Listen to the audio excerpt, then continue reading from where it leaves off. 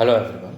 हमारे आज की वीडियो में हम इंडियन कॉन्ट्रैक्ट एक्ट 1872 के चैप्टर 4 को ही आगे देखने जा रहे हैं, जिसमें कॉन्ट्रैक्ट के परफॉर्मेंस के बारे में बात की गई है। सबसे पहले हम ये देखते हैं हम आज के वीडियो में क्या क्या चीज़ें देखेंगे। इसमें हम सेक्शन 46 से लेकर सेक्शन 50 तक की बातें देखेंगे।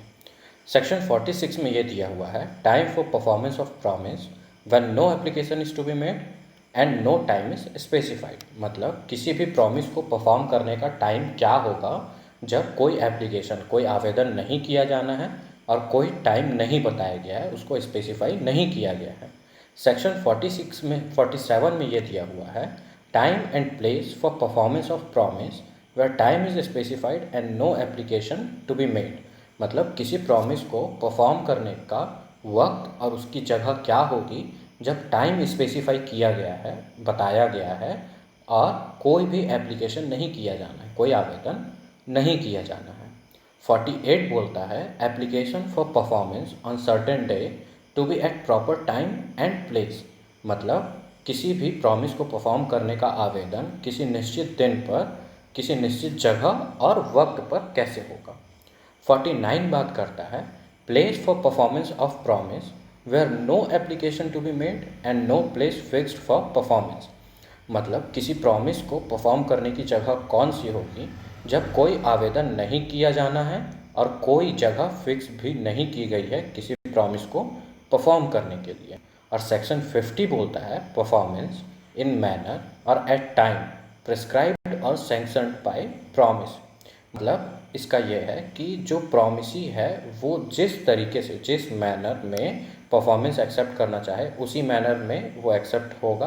अगर उसने प्रिस्क्राइब किया है कि इस मैनर में परफॉर्मेंस किया जाना है तो उस मैनर में होगा, या फिर उसने सैंक्शन किया है, मतलब उसने हामी भर दी है कि इस मैनर में परफॉर्मेंस किया जाना है, तो उस तरीके से वो प्रॉमिस को परफॉर्म किया जाएगा। सबसे पहले देखते हैं section 46, time for performance of promise when no application is to be made and no time is specified. सबसे पहले हम यहाँ पे एप्लीकेशन का मतलब समझते हैं। जब कोई प्रॉमिस किया जाता है तो फिर अगर प्रॉमिसी ये बोलता है कि ठीक है, जब प्रॉमिस को परफॉर्म करने का वक्त आएगा तो मैं तुम्हें उसकी जानकारी दे दूँगा, उसके बारे में बता दूँगा या आवेदन कर दूँगा कि अब तुमको ये प्रॉमिस अपना परफॉर्म करना है, तो वो कहलाता है एप्लीकेशन करना। सेक्शन 46 बोलता है, time for performance of promise. मतलब किसी प्रॉमिस को परफॉर्म करने का टाइम क्या होगा जब no application is to be made and no time is specified. मतलब कोई टाइम भी नहीं बताया गया है और कोई एप्लीकेशन भी नहीं किया जाना है प्रॉमिसी के तरफ से। Where by the contract a promisor is to perform his promise without application by the promisee and no time for performance is specified, the engagement must be performed within a reasonable time। मतलब अगर किसी contract में ये दिया हुआ है कि जो प्रॉमिसर है उसको अपना जो प्रॉमिस है वो बिना एप्लीकेशन के, प्रॉमिसी उसको आवेदन नहीं करेगा और उसको अपना परफॉर्मेंस करना है, और उसके अलावा उसमें कोई टाइम भी स्पेसिफाइड नहीं है, मतलब कोई टाइम भी नहीं बताया गया है कि इस वक्त परफॉर्मेंस किया जाना है, तो फिर उसको अपना परफॉर्मेंस एक रीज़नेबल टाइम के अंतर्गत करना होगा। उसका जो कार्य है, उसने जो प्रॉमिस किया है, उसका परफॉर्मेंस उसको एक रीज़नेबल टाइम के अंदर करना होगा, युक्त समय के अंदर। इसमें एक एक्सप्लेनेशन क्लॉज भी है जो बोलता है, the question what is reasonable time is in each particular case a question of fact। मतलब एक रीजनेबल टाइम क्या होगा ये हर डिफरेंट केसेस में एक क्वेश्चन ऑफ फैक्ट होगा जिसको कोर्ट तय करेगी। सेक्शन 47 बोलता है, time and place for performance of promise where time is specified and no application to be made.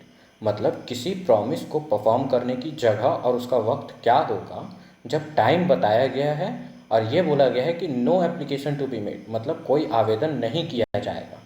When a promise is to be performed on a certain day and the promisor has undertaken to perform it without application by the promisee, the promisor may perform it any time during the usual hour of business on such day and at the place at which the promise ought to be performed. इसका मतलब ये है कि अगर किसी दिन, एक specific day, certain day, एक प्रॉमिस को परफॉर्म किया जाना है और प्रॉमिसर ने ये खुद अंडरटेकन में लिया है, मतलब खुद ये माना है, बोला है कि वो उस प्रॉमिस की परफॉर्मेंस बिना एप्लीकेशन के कर देगा, मतलब प्रॉमिसी को आवेदन करने की ज़रूरत नहीं है।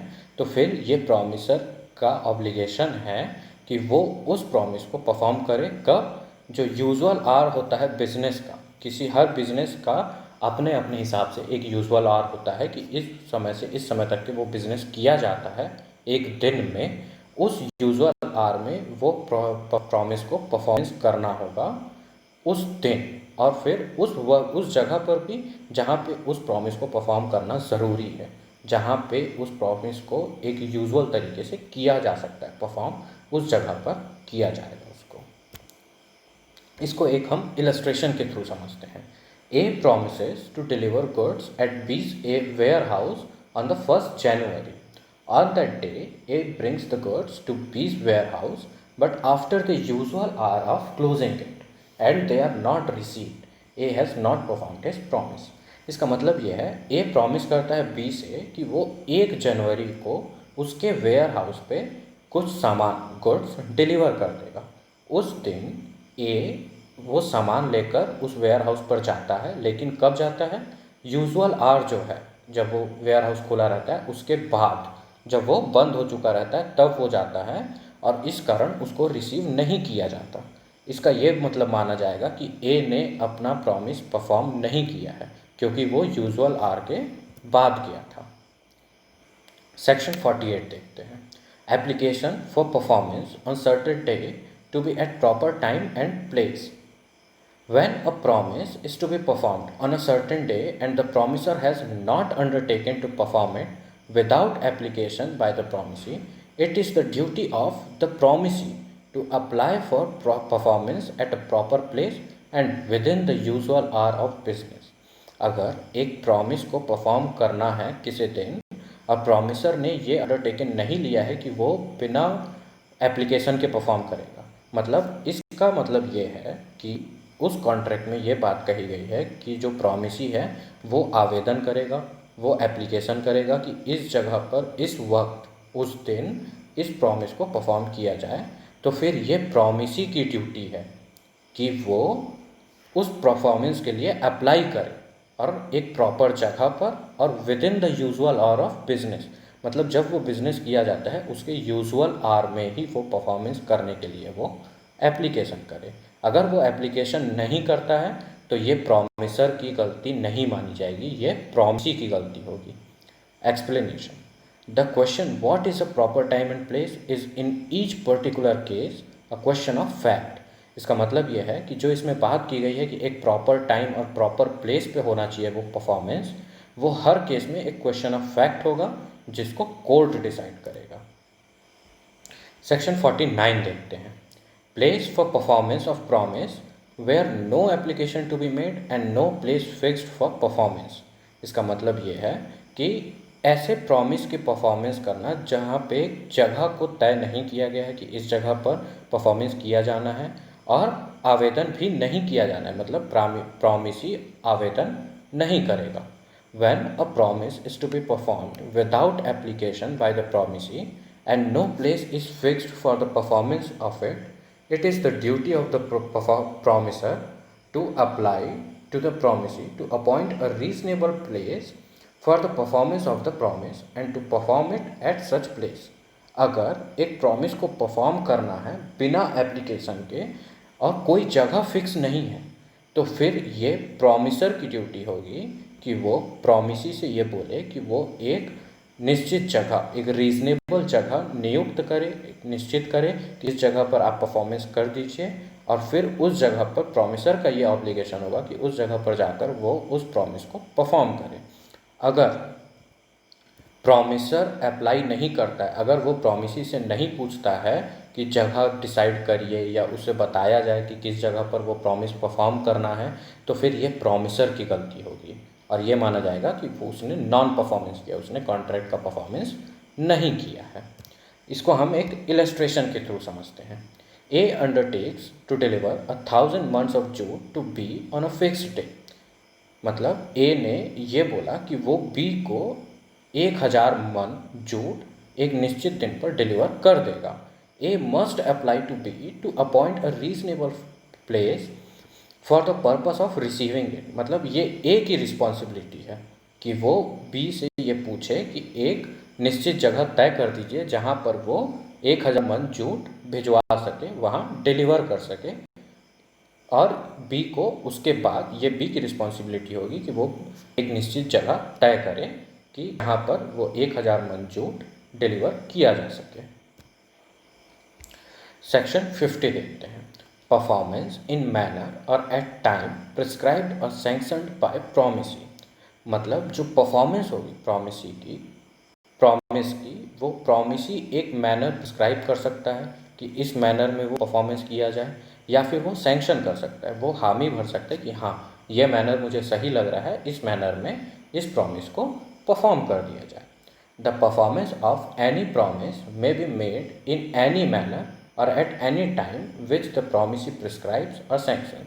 अगर प्रॉमिसी एक बहुत सारे मैनर्स की लिस्ट देता है कि इन मैनर्स में आप अपने प्रॉमिस परफॉर्म कर सकते हो, तो फिर ये प्रॉमिसर के ऊपर होगा कि वो उनमें से किसी भी मैनर में अपना प्रॉमिस परफॉर्म कर दे, और किसी भी वक्त जब जो प्रिस्क्राइब किया गया है प्रॉमिसी के द्वारा, या फिर उसने हामी भरी है कि हाँ आप इस टाइम फ्रेम में, फॉर एग्जांपल 10 से रात के 9 बजे तक के इसके बीच में आप कभी भी अपना प्रॉमिस परफॉर्म कर सकते हैं, तो वो इसके बीच में कभी भी अपना प्रॉमिस परफॉर्म कर सकता है। इसको हम एक एग्जाम्पल के थ्रू समझने की कोशिश करते हैं। A owes B 2000 rupees. B accepts some of A's goods in reduction of the debt. The delivery of goods operates as a part payment. इसका मतलब ये है कि A B के 2000 रुपये का उधार लिया रहा था। B accepts some of A's goods in reduction of debt. मतलब उस उधार के बदले बी ने ए से कुछ सामान ले लिया और ये बोला कि इसके बदले तुम्हारी जो उधार की रकम है उसमें से कुछ कम हो जाएगा, रिडक्शन हो जाएगा। The delivery of goods operate as a part payment. मतलब वो जो उधार की रकम है, वो जो ऋण है, उसके पार्ट पेमेंट के रूप में काम करेगा ये जो गुड्स की डिलीवरी थी। मतलब ए ने जब बी से 2000 रुपये उधार लिया तो प्रॉपर जो उसका रिकवरी होता कि बी उसको ए को 2000 रुपये वापस करे, लेकिन बी ने ए से उसके कुछ रकम के बदले कुछ उसने सामान ले लिया बी का, तो वो एक पार्ट पेमेंट कहलाएगा। वो एक मैनर है उस प्रॉमिस को परफॉर्म करने का। अगला इलस्ट्रेशन देखते हैं। A desires B who owes him ₹100 to send him a note for ₹100 by post. The debt is discharged as soon as B puts into the post a letter containing the note duly addressed to A. A चाहता है B से B 100 रुपये का उधार ले रखा था ए से। ए की ये इच्छा है कि बी उसे 100 रुपये का नोट बाई पोस्ट भेज दे।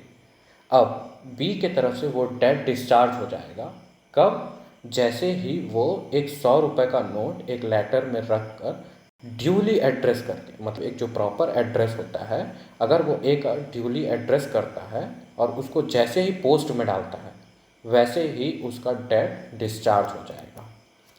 Thank you.